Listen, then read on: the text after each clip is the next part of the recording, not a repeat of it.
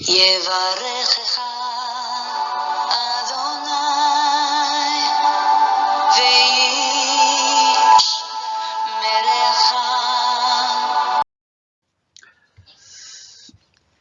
자, 오늘 우리 하나님의 말씀을 함께 보도록 하겠습니다.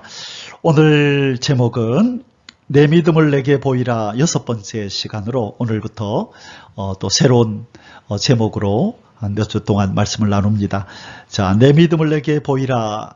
오늘은 삶의 주권을 맡김으로 너의 믿음을 내게 보이라. 무엇을 맡김으로? 삶의 주권, 주인된 권리를 내놓으라는 거예요. 하나님께서, 우리 주님께서 얘야, 네 삶의 주인은 네가 아니라 바로 너를 구원한 나란다.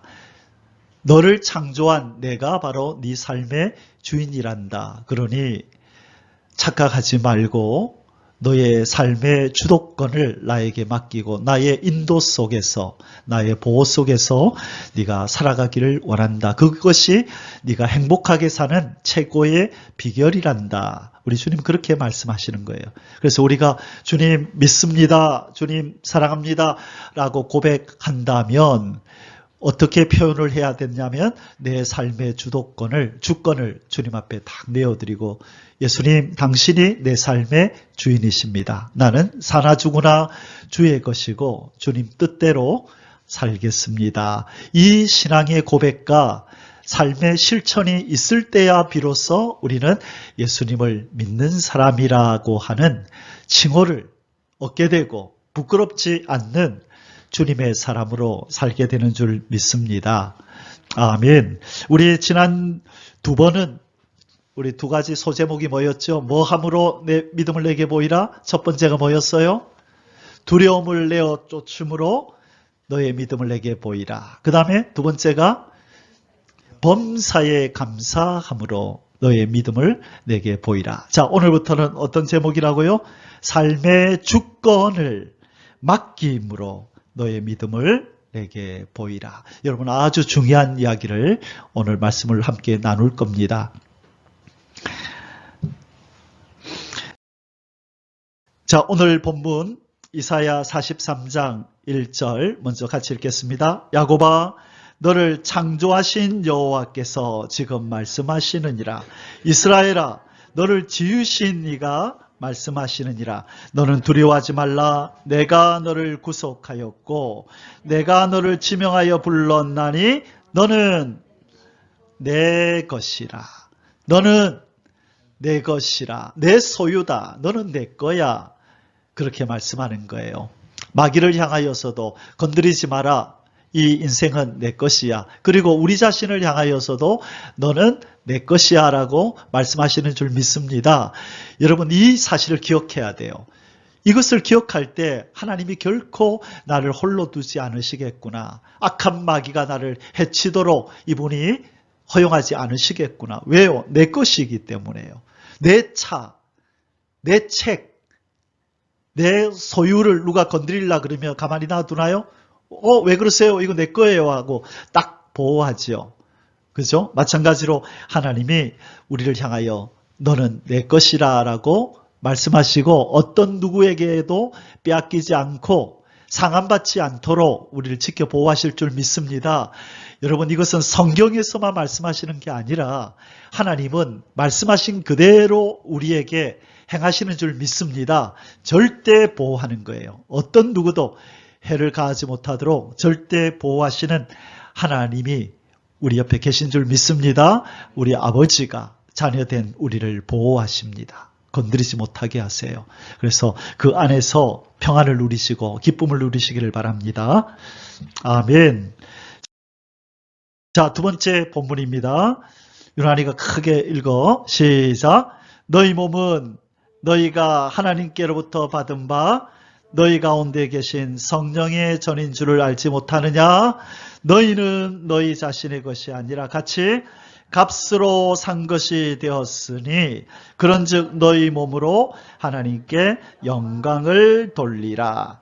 값으로 산 것이 되었으니 피로 찢기신 살로 우리를 샀으니 우리는 우리의 것이 아니라 주님의 것입니다. 값을 주고 지불했기 때문에 주님께서 너는 내 것이야 라고 소유권을 주장하시고 너의 삶의 주권을, 권리를 내게로 이양하라. 집을 사면 집문서를 넘기지요. 그죠? 물건을 사면 이 물건이 전에는 컴퓨터 가게 사장 거였는데 제가 돈을 지불하니 이 컴퓨터가 이제 저에게 소유가 되고 그 주인된 권리가 저에게로 넘어왔기 때문에 이제는 제가 이 컴퓨터를 부수든 쓰든 남에게 주든 전의 주인이 어찌할 수가 없는 것입니다. 전에는 우리가 우리 삶의 주인으로 살았는데 이제 예수님이 십자가에서 피 흘려 죽으시고 부활하심으로 죄와 허물로 죽어 마귀의 자녀였던 우리를 하나님의 자녀로 사서 입적시켜 주시고 생명책에 이름을 기록하여 너는 내 것이라 부르시는 줄 믿습니다. 그래서 이제 우리는 우리 것이 아니에요. 주님이 우리의 삶을 이렇게 하시든 저렇게 하시든 우리는 그분에게 맡겨야 돼요. 이것이 될 때야 비로소 뭐가 나오느냐? 범사에 감사합니다가 이루어지는 거예요. 그래서 여러분 오늘 이 설교는 지난 우리 몇 주 동안 나눴던 범사에 감사라는 말씀과 연결이 되어 있는 거예요. 이것이 되지 않을 때 우리의 삶의 주인이 예수님이라는 것을 인정하지 않을 때 절대로 범사에 감사가 안 돼요. 대신에 뭐가 나올까요? 왜 나만 가지고 이래요? 왜 내 삶을 이렇게 힘들게 해요? 왜 내 삶, 왜 나만 가지고 이래요? 어린아이 같은 그런 말이 나오는 거예요. 여러분 이 땅에 얼마나 많은 그리스도인들이 어린아이처럼 행동하고 말하는지 몰라요. 왜 나만 그래요? 하나님 왜 내 삶에 이런 어려움을 주세요? 주인이 뜻이 있어서 그렇게 하시겠다는데 왜 내 삶을 가지고 왜 내 가정에 왜 내 사업에 내 인생에 이런 고통을 주냐고 여러분 그 말 자체가 실은 불신앙의 말이라는 것을 그들은 모르는 거예요. 여러분 우리가 신앙생활하고 세월이 지날수록 장성해져서 어른의 신앙을 가져야 될 줄 믿습니다. 그게 뭐라고요? 범사에 감사합니다. 왜요? 내 삶은 내 것이 아니기 때문에 주인님이신 우리 예수님이 마음대로 하소서. 근데 우리는 뭘 믿어요? 합력하여 선을 이루실 사랑하는 주님, 사랑하는 아버지임을 믿기에 범사에 감사가 되는 거예요. 그걸 보세요. 다 연결이 돼 있어요. 그죠?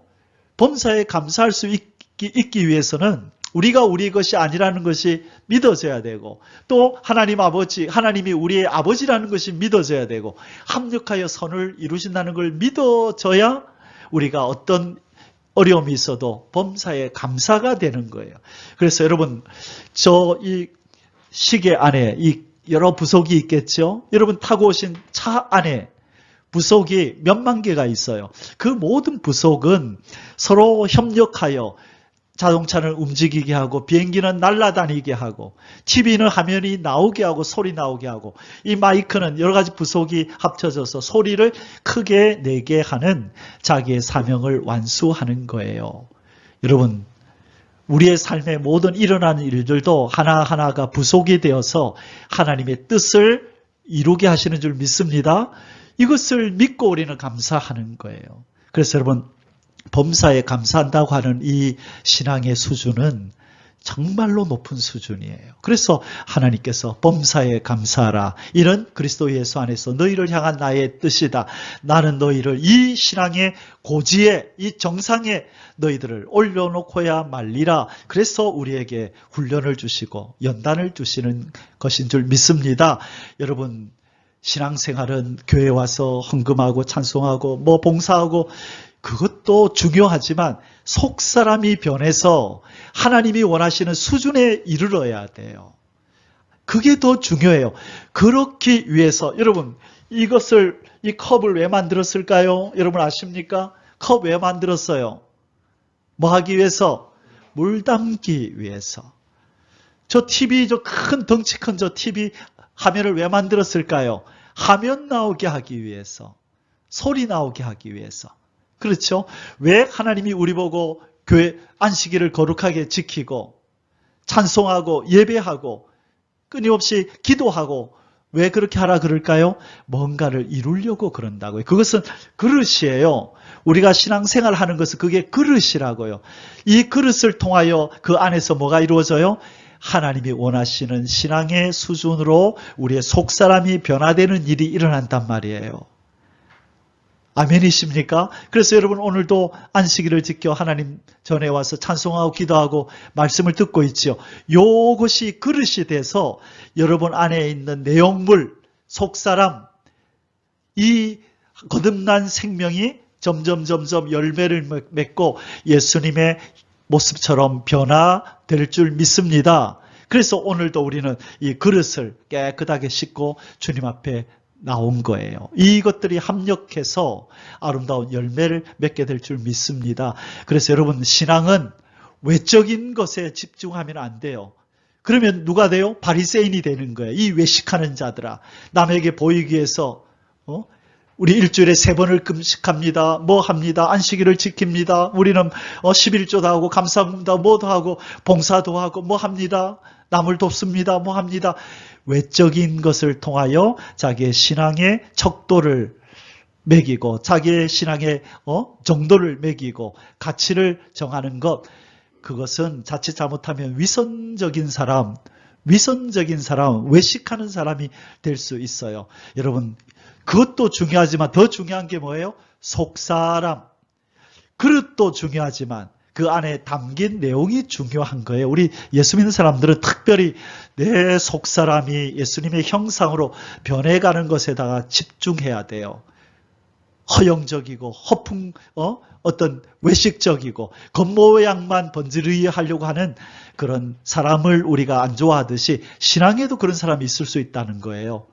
내가 신앙생활을 몇십 년 했다. 내 직분이 뭐다. 내가 교회를 위해서 이렇게 헌금도 많이 하고 봉사도 많이 하고 내 힘이 내가 아니면 이 교회는 안 굴러가 할 정도의 그렇게 공헌을 하였다 하여도 그 속사람이 변화되지 않으면 그 사람은 어린아이고 하나님 앞에 근심이 되는 줄 믿습니다. 속사람이 새로워져야 돼요. 하나님만 보실 수 있는 그 믿음, 신앙의 인격들이 다듬어져야 예수님의 신부가 되는 줄 믿습니다. 누가 뭐라 그래도 그 속을 바라보시는 하나님 앞에서 우리는 성숙되어지기를 주의 이름으로 축원합니다. 아멘.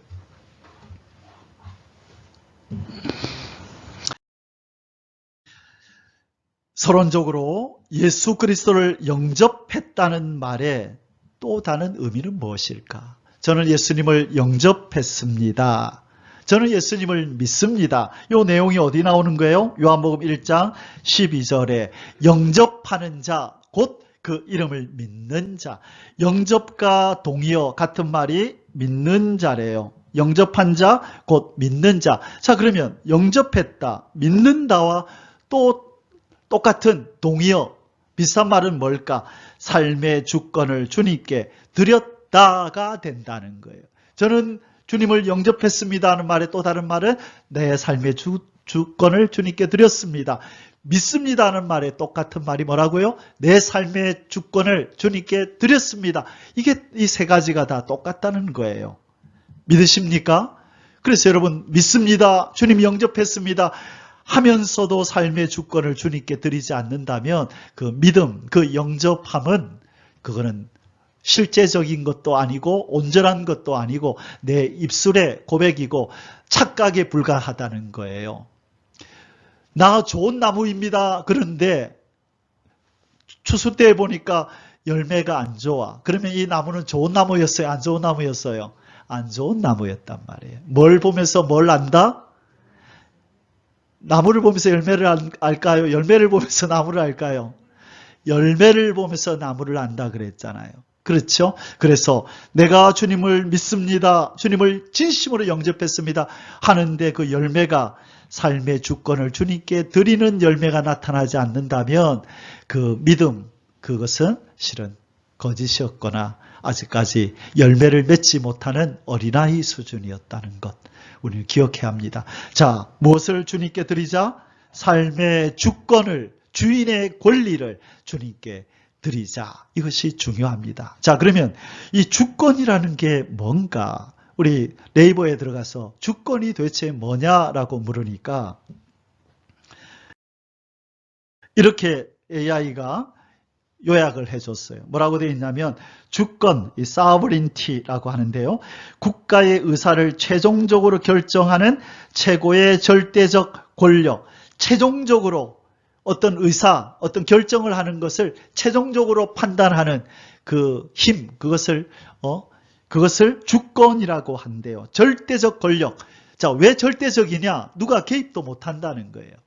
이것이 최고의 권력이기 때문에 누가 이렇게 하세요, 저렇게 하세요, 이러면 안 돼, 저래 하면 안 돼라고 간섭도 못 한다는 거예요. 그래서 여기 나오죠. 여기 보면 주권의 정의와 특징. 자, 여기 보면 성격, 절대적이다. 절대적이다. 그 위에 누가 없다는 거예요. 이 권리를 가진 사람이 모든 것을 결정한다는 거예요. 너 이래, 너 저거 해 해도 예 해야지. 왜 이러는데요? 왜 나에게 이걸 명령하세요? 그렇게 항변할 수도 없다는 거예요. 그 다음에 독립적이다. 외부적 간섭을 배제한다. 어떤 외부의 힘이 개입할 수 없다는 거예요. 물결을 바꿀 수 없다는 거예요. 명령을 없던 걸 할 수도 없고, 그 다음에 뭐예요? 영구성.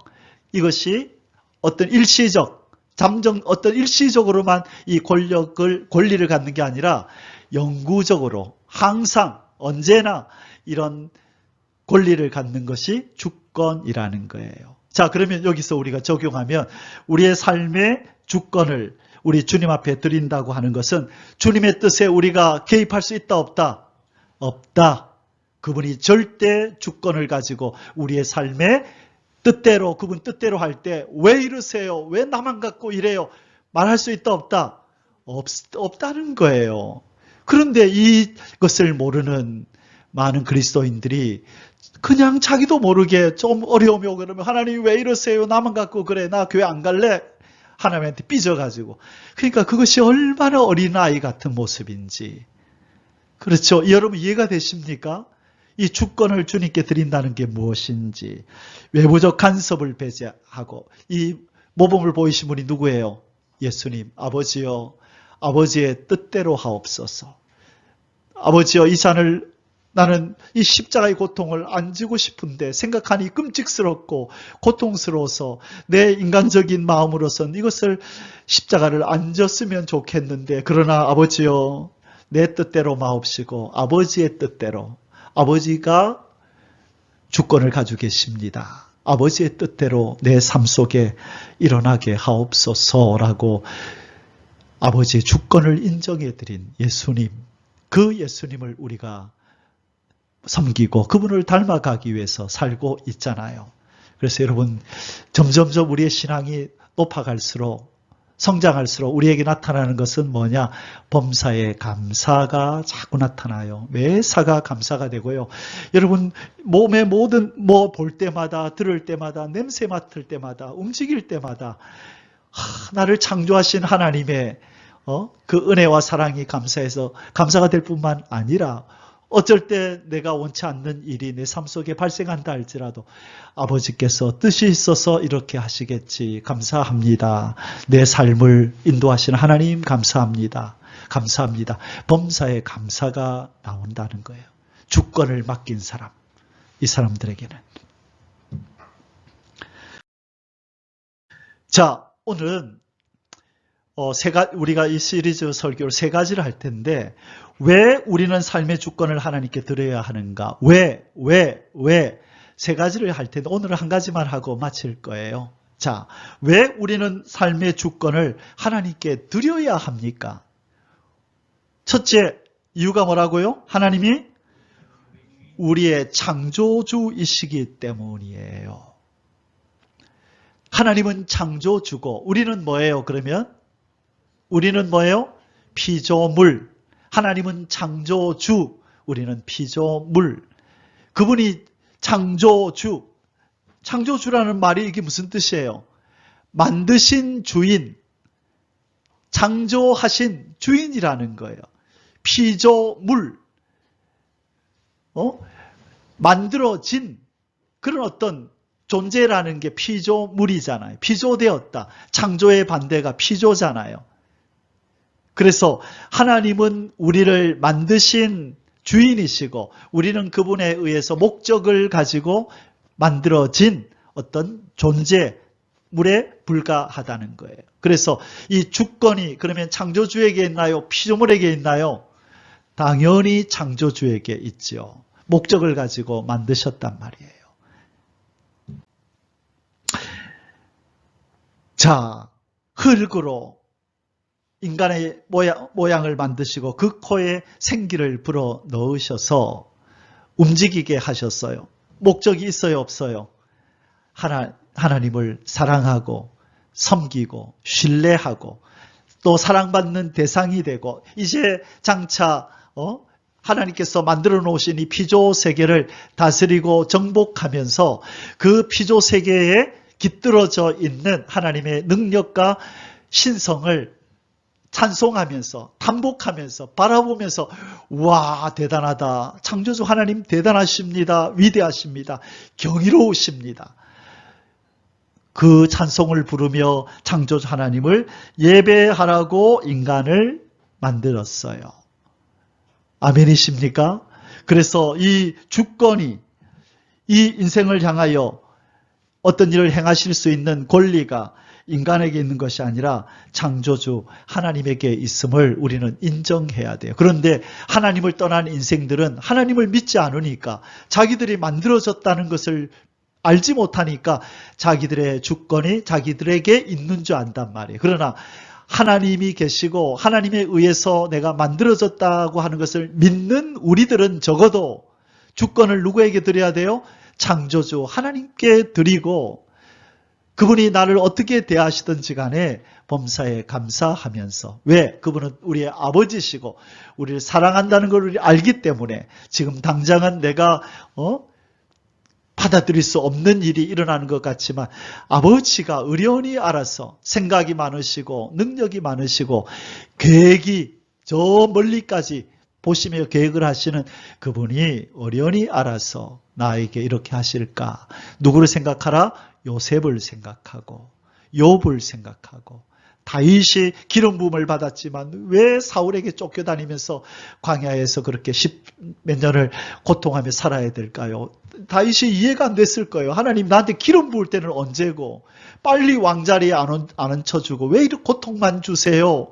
다윗도 이 비밀을 몰랐을 때는 그렇게 울부짖으며 시편을 썼다고요. 그런데 세월이 지나서 다윗이 이제 노년에 이르러서 여호와는 나의 목자시니 내가 부족함이 없으리로다. 그것은 다윗이 어릴 때 쓴 시가 아니에요. 그거는 모든 신학자들이 이 시는 다윗의 노년에 다윗이 걸어온 삶의 길을 착 돌아보면서 과연 나의 하나님은 나의 선한 목자셨구나. 내가 사망의 음침한 골짜기, 이 나를 죽이러 가는 원수들의 칼이 나를 이렇게 포위해서 올 때에도 하나님이 나를 인도하셨구나 하는 걸 되돌아보면서 그것을 깨달은 후에 쓴 시가 바로 시편 23편이라는 거예요.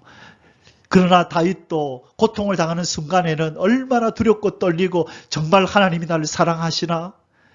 그런 의심들이 안 생겼겠어요? 생겼겠죠. 그런데 마지막에 돌아보니까 이것도 합력하여 하나님께서 나로 이런 왕을 만드시려고 하나님만 의지하는 이런 왕을 만들려고 하나님이 그렇게 하셨구나. 하나님의 손길은 정말로 기이하구나 라고 체험을 하고 확신을 하고 이 시편을 적었다는 것입니다. 이 하나님의 방법은 모든 자녀들에게 동일하게 역사하세요. 하나님이 너는 내 자녀다라고 해놓고 마음대로 살게 안 하시고 하나님이 원하시는 수준에 이르도록 우리를 다듬어 가시는 줄 믿습니다.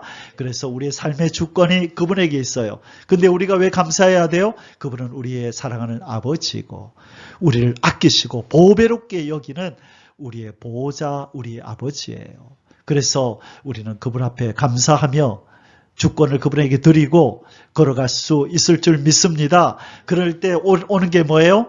평안이 와요.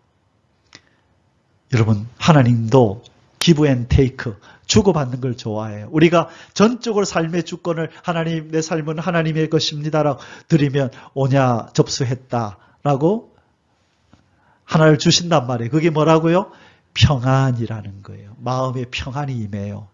말할 수 없는 평안이 임하면서 어떤 일을 만나든지 간에 아버지라고 아버지 이름을 부르면 그래 네가 네 그 삶의 문제도 너 삶의 주인인 내게로 또 가지고 왔네. 그래 맡기고 너는 참 평안하라라고 하나님 평안을 주시는 거예요. 그리고 말할 수 없는 신기한 방법으로 크고 비밀한 일을 행하셔서 짠 하고 우리에게 내미시는 줄 믿습니다. 그러면 우리는 뭐로 반응해요? 감사합니다. 찬양합니다로 또 반응하고 하나님은 또 그 맛에 또 잘해주시고 그게 아버지와 아들 간에 주고받는 거예요. 아버지는 크고 비밀한 일을 능력과 지혜로 행하시고 우리는 깜짝 놀라며 역시 우리 하나님 선하신 우리 아버지십니다 라고 찬송하고 감사를 올려드리고 그 일이 반복되는 것이 신앙생활이고 그러면서 우리 하나님 정말로 신실하시고 나를 사랑하시는구나 빨리 직접 뵙고 싶다. 그리움이 사무치게 되어서 이제 하나님도 너도 그러냐 이제 올라와라. 우리 빨리 같이 얼굴 보고 살자 해서 우리를 데리고 올라가는 줄 믿습니다. 예, 그때까지 우리는 하루하루 우리 주님 앞에 삶의 주도권을 드리고 걸어가시기를 주의 이름으로 축원합니다. 아멘. 자, 소유권이 누구에게 있는가?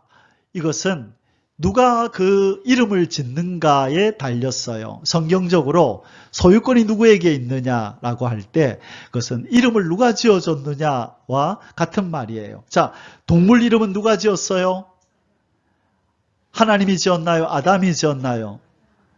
아담이 지었어요. 그 내용이 어디 나와요? 창세기 2장 19절에 여호와 하나님이 흙으로 각종 들짐승과 공중의 각종 새를 지으시고 아담이 무엇이라고 부르나 보시려고 그것들을 그에게로 이끌어 가시니 아담이 각 생물을 부르는 것이 곧 그 이름이 되었더라. 이때는 아담이 범죄하기 전이기 때문에 그 지혜가 손상되지 않았어요. 그 능력이 손상되지 않아서 그 많은 수십만 종이 되는 그 많은 동물들의 이름을 각각 다 헷갈리지 않고 중복되지 않고 다 지어서 불렀다는 거예요. 딱 이름 지어주는 거 다음에 오면 너 호랑이 왔네? 사자 왔네? 개미 할기 왔네? 기린 왔네? 코끼리도 왔네? 자기가 이름 지어놓고 헷갈리지 않고 다 기억하는 정도의 지혜와 지식이 있었다는 거예요. 그런데 범죄한 이후에 그 지혜와 그 능력이 훼손을 받아서 이 모양 이 꼴이 되는 거예요. 몇 개도 기억을 못 해가지고 조금 전에 일어난 일도 기억 못 해가 옆에 놔두고 핸드폰 찾고 어쩔 때는 안경 쓰면서 안경 어디 갔지?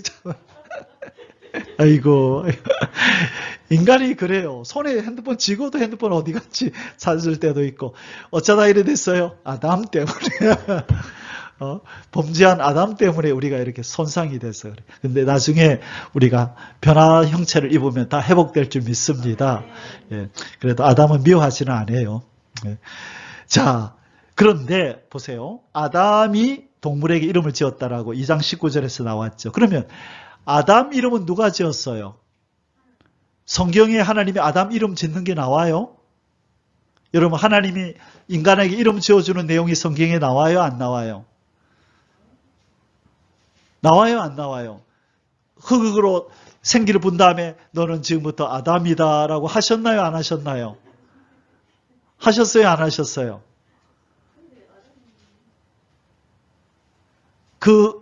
그런 과정이 있었어요? 없었어요? 있었으면 증거를 대보세요. 빨리 찾아보세요. 고개를 제일 크게 끄덕인 사람이 빨리 찾아보세요. 이때 어디에 있어요? 하나님이 흙으로 사람을 만드시고 생기를 불어넣으시고 아담이라 불렀나요? 어디에? 아니 그러니까 어디에 몇 장 몇 절에 그 내용이 있어요?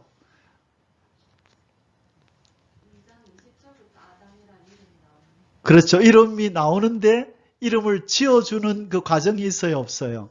2장 20절에 뭐라고 돼 있어요? 한번 읽어보세요.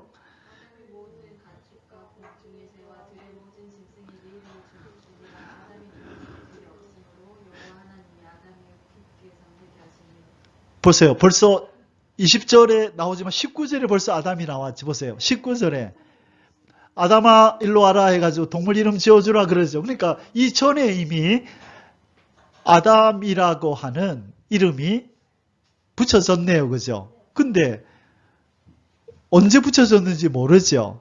그게 자,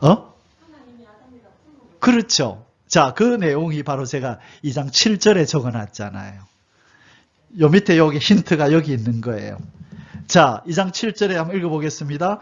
여호와 하나님이 땅의 흙으로 사람을 지으시고 생기를 그 코에 불어넣으시니 사람이 돼 있죠. 사람이 히브리어로 뭐다? 아담이 이 말이에요. 아담이 생명이 된지라 이 말이에요. 사람이 이 말이 히브리어로 뭐라고요? 아담 이 말이에요. 그래서 여기에서 사람이 생명이 된지라 해놓고 이제 그 다음에 아담이 이렇게 이제 나오는 거예요. 그래서 사람의 히브리어는 아담이다. 그래서 아담아 사람아 이 말이죠. 아담아 그렇게 해서 하나님께서 사람이라 이렇게 우리 한국말로는 사람이라고 되어 있지만 히브리어는 아담이 이렇게 되어 있단 말이에요. 그래서 하나님이 이 흙덩어리를 아담이라고 불러서 바로 아담이 된 거고 우리 한국말로 번역하니 사람이라 이렇게 된 거예요. 자, 그래서 하나님이 이 흙덩어리에게 생기를 불어넣어서 움직이게 하면서 아담아 이렇게 불렀다는 거예요. 그래서 이름을 붙여주신 바로 그분이 바로 하나님이라서 동물은 인간이 붙였기 때문에 우리 아담 보고 다스리고 정복하라 다스리라 그러잖아요. 네가 제 주인이다. 그런데 기억해라. 네 이름은 누가 지었니? 하나님이요. 그럼 너는 누구 거? 하나님 거요. 자, 그러면 동물은 누구 거? 하나님 거.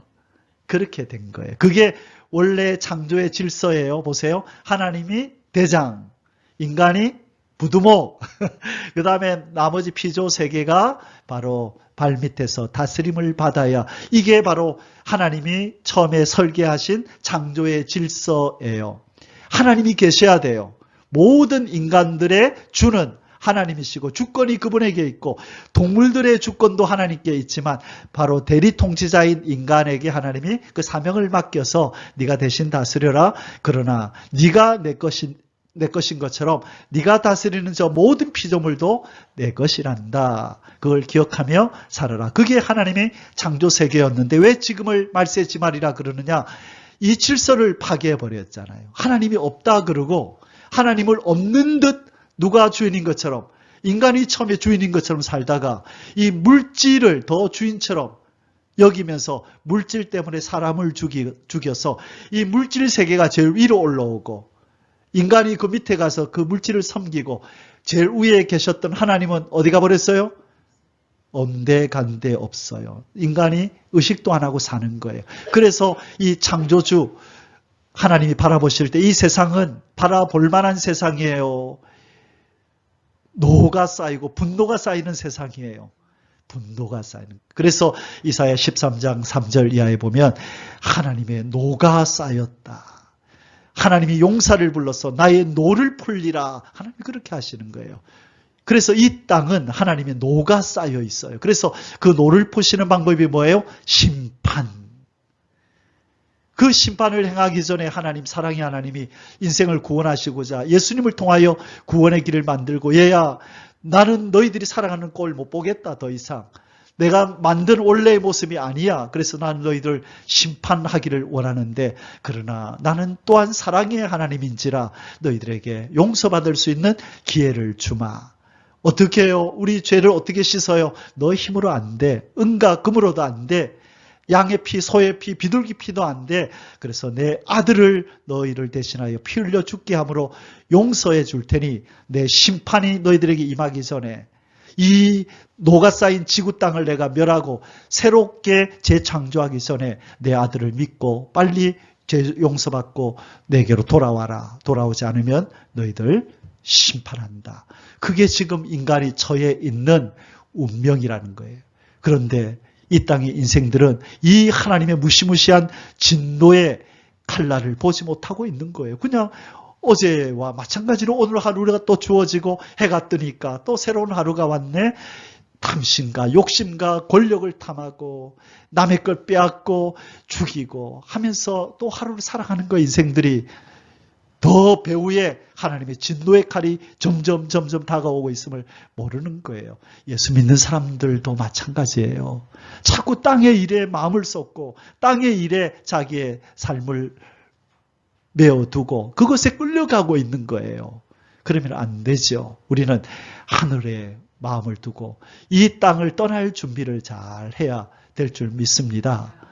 웰빙이라는 말이 유행했는데 요즘은 무슨 말이 유행할까요? 웰다잉, 웰빙, 잘 존재하는 것에 신경을 쓰던 사람들이 이제 초고령화 시대가 되면서 웰다잉, 잘 죽는 연습을 하고 이제 준비를 해야 된다는 말이 나와요. 여러분, 제일 잘 죽는 방법이 뭐예요? 예수님 믿어야 되는 거예요. 창조의 목적을 회복하고 그분을 섬겨드리는 것이 웰다잉을 준비하는 거예요. 이 땅을 떠날 준비를 잘하는 것은 피조물의 사명을 회복하고 창조주를 잘 섬겨드리는 아담이 되는 거예요. 우리는 회복된 아담인 줄 믿습니다. 범죄한 아담에서 참된 둘째 아담이신 예수님께로 접붙임 바 되어서 우리는 새로운 아담으로 부활했음을 믿습니다. 이제는 부활한 아담답게 우리 둘째 아담이신 예수님과 함께 이 아담의 삶을 잘 살아가시길 주의 이름으로 축원합니다. 아멘. 소유권이 누구에게 있느냐? 성경에서 하나님은 너는 내 것이라고, 너는 내 것이라고. 오늘 우리 본문에 이사야 43장 1절에서 하나님이 이스라엘 백성을 향하여 너는 내 것이라, 애굽이라는 세상에서 내가 너희를 건져내서 시내산에서 언약을 맺고 나는 너희의 하나님이 되고 너희는 내 백성이 되었다. 너희는 내 것이다. 내 소유야. 라고 그분의 소유임을 천명한 것입니다. 자, 이사야 43장 7절에 내 이름으로 불려지는 모든 자, 누구의 이름으로? 하나님의 이름으로 불려지는 모든 자, 곧 내가 내 영광을 위하여 창조한 자를 오게 하라. 그를 내가 지었고 그를 내가 만들었느니라. 그들은 내 거야. 인간들아, 너희들은 내 거야. 이 말이에요. 내가 내 영광을 위하여 창조한 인생들아, 너희들은 내 거였는데 왜 내 것임을 너희들은 거부하느냐? 돌아와라, 돌아와라. 돌아오지 않으면 주인을 배반하고 떠난 자로서 너희들의 심판이 임해. 그러나 나를 주여라고 부르며 내게 나와서 나를 섬기고 나를 예배해라. 그러면 너희들에게 사랑을 베풀어 주마. 용서해 주마. 그 말씀을 하고 있는 거예요. 돌아오라고, 돌아오라고. 우리의 소유권이 누구에게 있어요? 우리 창조주 하나님께 있어요. 우리 주 예수님께 있다는 걸 기억하시길 바랍니다. 아멘. 자, 이 내용은 예수님이 바리새인들과 대화를 나누는 가운데 누가 주인이냐라고 하는 이 주제를 가지고 대화를 나누면서 아주 중요한 진리를 우리에게 말씀해 주십니다. 자, 이 예수님 당시에 이스라엘 백성은 누구의 식민지로 살고 있었어요? 로마, 그렇죠? 가이사, 가이사 황제를 섬기는, 가이사는 완전히 신처럼 여김을 받았죠. 그래서 이스라엘 백성들도 세금을 누구한테 바쳤어요? 로마의 정부에, 가이사에게 바쳤단 말이에요.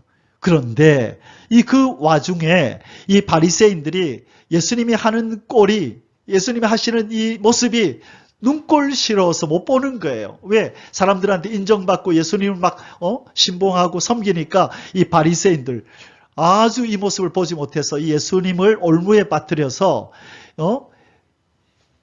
고통을 당하게 해야 되겠다라고 생각하고 꾀를 낸 거예요. 이 예수를 어떻게 하면 우리가 처치할 수 있을까 하다가 한 가지 꾀를 낸 거예요. 이 로마 정부에 의해서 로마 정부를 거부하고 로마 정부에 반역하는 자로 만들어서 로마 정부의 힘을 빌어서 이 예수 그리스도를 처단할 그런 어떤 목적을 가지고 한 가지 꾀를 냅니다. 그게 뭐냐? 보세요. 마태복음 22장 15절에 이에 바리새인들이 가서 어떻게 하면 예수의 말을 올무에 걸리게 할까?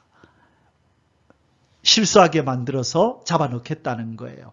자기 제자들을 헤롯 당원들과 함께 예수께 보내어 말하되 선생님이여 우리가 아노니 당신은 참되시고 진리로 하나님의 도를 가르치시며 아무도 꺼리는 일이 없으시니 이는 사람을 외모로 보지 아니하심이니이다. 지금 예수님을 막 높여주죠. 그죠? 그래놓고 이제 칼날을 들이밉니다. 그게 뭐냐면 그러면 뭐라고 했어요? 읽어볼까요? 당신의 생각에는 어떠한지 우리에게 이르소서 예수여. 이런 경우 어떻게 해야 됩니까? 이 말이죠. 가이사에게 로마의 황제에게 세금을 바치는 것이 옳으니까 옳지 아니하시니까. 이게 뭐죠? 로마에게 세금을 바칠까요? 그 말 뭐예요? 그러면 우리가 로마의 식민지로 있는 것을 공식적으로 인정하고 우리는 그의 소유라는 것을 인정하는 거란 말이에요. 그런데 이 이스라엘 사람들은 그걸 인정이 안 해요. 독립하기 위해서 물러가라라고 외치는 자들이란 말이에요. 여기 있단 말이에요. 그래서 이들은 겉으로는 로마 정부에 동의를 하고 그들에게 세금을 바치는 것 같지만 그들의 마음속에 저 깊은 곳에는 무슨 마음이 있어요? 이 로마로부터 독립해서 독립을 쟁취해서 살고자 하는 마음이 뜨겁게 있는데 이 지도자라고 하는 이 예수님이 세금 바쳐야 돼. 그러면은 우리 민족을 어려움에 처하게 하고 우리의 민족의 이 처한 상황을 인정하지 않거나 그냥 로마 정부 섬기면서 살라고 말하는 자네 이 사람이 어떻게 우리의 지도자가 될 수 있고 유대인이 될 수 있단 말이야 하고 사람들에게도 미움받게 하고 만약에 바치지 마 그러면 어떤 일이 벌어져요? 누구한테 미움받아요? 로마 정부가 이 양반 위험하네? 이렇게 나오지 않겠어요? 그러니까 이러지도 못하고 저러지도 못하게 올무에 빠지게 만들려고 지금 이 바리새인들이 꾀를 부린 거예요. 자, 그러자 예수님 뭐라고 대답하셨어요? 예수님 뭐라고 대답하셨어요? 자, 그러자 예수께서 그들의 악함을 아시고 의도를 파악하셨다는 거예요. 예수님은 다 아세요. 외식하는 자들아 어찌하여 나를 시험하느냐 세금 낼 돈을 내게 보이라. 자, 너희가 세금으로 바치는 돈 가져와봐. 동전. 그러면서 뭐라 그래요? 보이라 하시니 데나리온 하나를 가져왔거늘 예수께서 말씀하시되 이 형상과 이 글이 누구의 것이냐. 자, 거기에 누구의 형상이 새겨져 있었어요? 가이사의 얼굴이 있었단 말이에요. 동전의 안에. 이르되 가이사의 것이니이다. 이게 가이사의 형상인데요. 이에 이르시되 그런즉 가이사의 것은 가이사에게 하나님의 것은 하나님께 바치라 하시니 그들이 이 말씀을 듣고 놀랍게 여겨 예수를 떠나가니라. 이게 무슨 말이야? 근데 여러분 이 말씀이 무슨 뜻이지요? 예수님 왜 이 말씀 하셨어요? 동전에 가이사의 얼굴이 있으면 이 동전은 누구 것이다? 가이사의 형상이 있으니 가이사의 것인데 하나님의 것은 그럼 뭐예요? 하나님의 형상이 있는 것은 하나님의 것이라는 거예요. 하나님의 형상이 어디 있어요? 어디 있어요? 우리 안에. 우리 인간 안에. 우리가 우리의 형상을 따라 뭘 만들고? 사람을 만들고 이 바리새인들아 이 악한 자들아 너희 속에는 하나님의 형상이 있는데 왜 너희들은 하나님의 것이라고 인정하지 않니? 왜 네 삶을 하나님께 바치지 않니? 네 속에 하나님의 형상이 있잖아. 너희들은 너희 것이 아니야. 하나님의 것이야. 그래서 하나님의 뜻대로 하나님의 영광을 위하여 살아야 할 의무가 하나님께 바쳐져야 될 의무가 너희들에게 있는데 너희들은 그렇게 안 하고 있다. 그 말을 지금 담고 있는 말씀이란 말이에요. 여러분 우리 속에는 누구의 형상이 있어요? 하나님의 형상이 있으니 우리는 누구 거예요? 하나님의 것이에요. 아멘. 창세기 1장 26절에서 28절에 하나님이 이르시되 우리의 형상을 따라 우리의 모양대로 우리가 사람을 만들고 27절에 하나님이 자기 형상 곧 하나님의 형상대로 사람을 창조하시되 이렇게 말씀하고 있잖아요. 자, 우리는 누구의 형상이 있다? 하나님의 형상이 있는 창조주 하나님의 피조물입니다. 그래서 우리의 삶의 주도권은 누구에게 있다? 창조주 하나님에게 있습니다. 그래서 우리는 창조주 하나님 앞에 삶의 주권을 드리고 그분의 뜻대로 살아가야 합니다. 우리는 자꾸 우리의 삶 속에서 내 뜻이 관철되고 내 뜻이 이루어지기를 얼마나 그렇게 고집하며 사는지 몰라요. 하나님 이렇게 되기를 원합니다. 그런데 하나님이 이렇게 하시면 왜 이러셨냐고, 왜 내 뜻대로 내 기도 안 들으셨냐고 우리는 그런단 말이에요.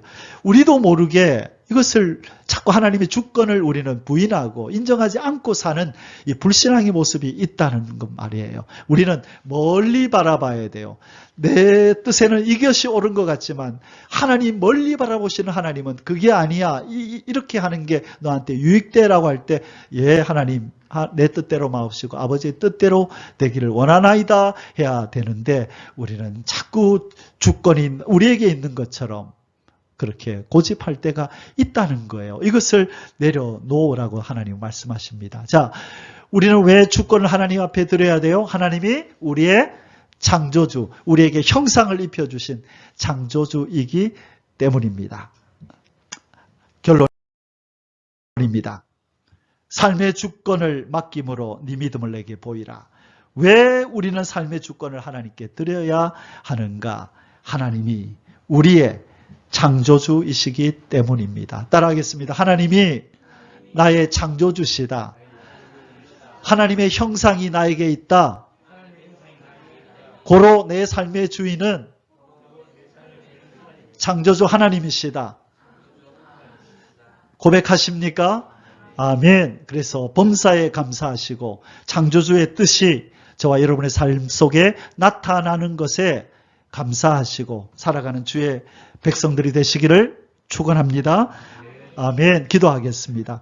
창조주 하나님, 우리의 삶의 주권을 가지고 계신 창조주 하나님, 우리는 우리의 것이 아니라 값으로 사신 하나님의 것입니다. 이제 사나 죽으나 하나님의 뜻이 우리 삶 속에 나타나기를 원합니다. 하나님 아버지, 온전히 하나님 앞에 삶의 주권을 맡기고 평안 가운데 샬롬 가운데 걸어가는 우리의 삶이 되게 하여 주옵소서. 전적으로 하나님 앞에 주권을 맡긴 자에게 주시는 복, 참된 평안, 완전한 평안, 그 은혜가 우리에게 임하게 하여 주옵소서. 사랑하는 주 예수님의 이름으로 간절히 감사하며 기도하옵나이다. 아멘. יברכך